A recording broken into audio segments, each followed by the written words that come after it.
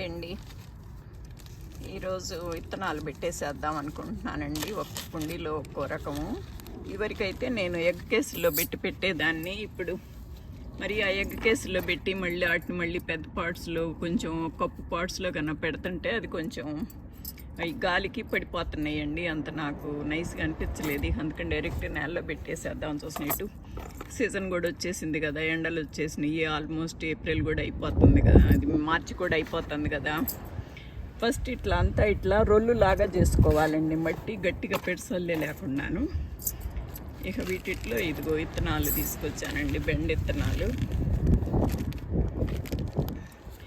మామూలుగా ఇలా వేసేస్తున్నాను. లైన్లు కూడా పెట్టచ్చు కానీ ఇంకా ఏముందలే అన్నట్టుగా వేసేస్తున్నాను. మళ్ళీ తీసేయ కదా, పర్లేదని. వీటికి ఒక్కొక్కటి కొంచెం లోపలికి గుచ్చుతున్నానండి. పైన కొద్ది మట్టి వేస్తే బాగుంటుంది. మట్టి తీసుకొచ్చేసేస్తూ ఉండండి. ఇదిగోనండి, కొంచెం విత్తనాలు ఇలా పెట్టేశాను కదా, వీటిలో కొంచెం మట్టి జల్లేస్తాను కొంచెం పైన. ఇక ఎడుకు పోకుండా గట్టిగా లేకుండా చక్కగా ఉంటాయని.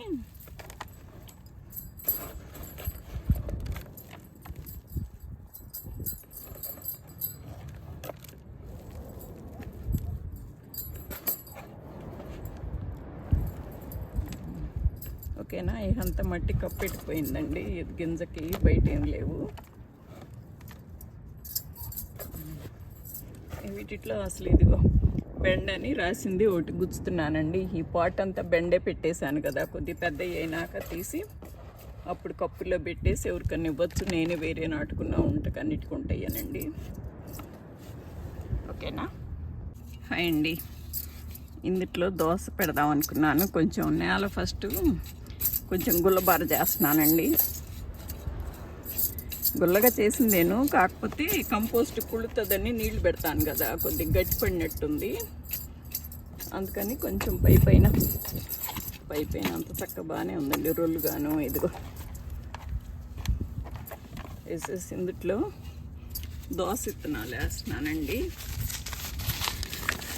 ఇదిగోండి దోశ విత్తనాలు. మనం తినేటప్పుడు మంచి కాయ వస్తే కనుక ఇలా నేను విత్తనాలు వేసి పెడతానండి. వీటిలో ఇవి తీసేసి వేస్తాను అనమాట. అయ్యండి, ఇదిగోనండి ఇంట్లో విత్తనాలన్నీ వేసేసానండి పాదిలో.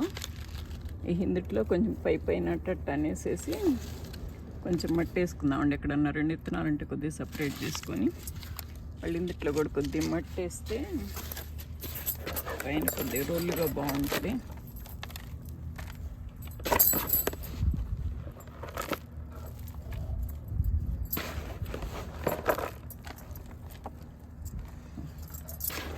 ఇవన్నీ విత్తనాలు వేస్తే చాలా వేస్తాను. ఆయన ఎందుట్లో ఏం వేసాను, మొలిస్తే పెద్ద అయితే అయ్యో తెలుస్తుందిలేమ్మని నేను గుర్తులు పెట్టట్లేదండి. కాకపోతే ఏదన్నా ఒక గింజ ఏదన్నా మొలవకపోతే మంచిగా, ఏదన్నా మొలవకపోతే ఏ గింజ మొలవలేదనేది తెలియట్లేదు నాకు. అందుకని గుర్తులు పెడుతున్నానండి. ఇది దోశ వేసాను కదా, ఇందులో దోశ.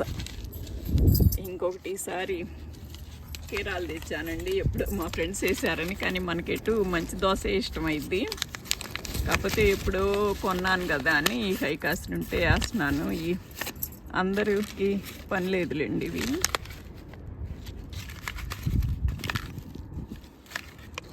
అండి దోశ విత్తనాలు అసలు ఇది కీర దోశలు ఉండటమే అంత 5-6 విత్తనాలే ఉన్నాయి. ఇది ఎవరికి ఇచ్చే పని లేదులేండి.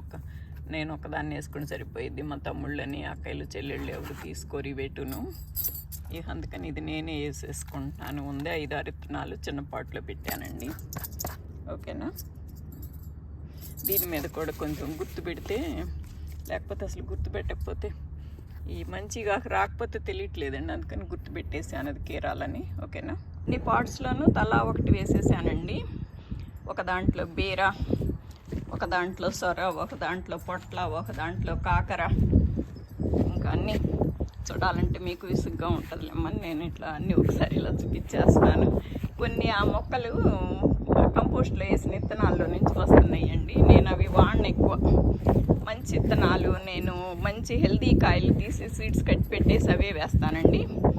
అయ్యే వాడతాను అనమాట. అదిగోండి అందులో ఒకటి, ఇందులో ఒక రకం, ఇందులో ఒక రకం, అన్నీ అట్లా తలా ఒక రకం వేసేస్తానండి. అన్నీ రెడీ చేసుకున్నాను కదా పాట్స్ నేను.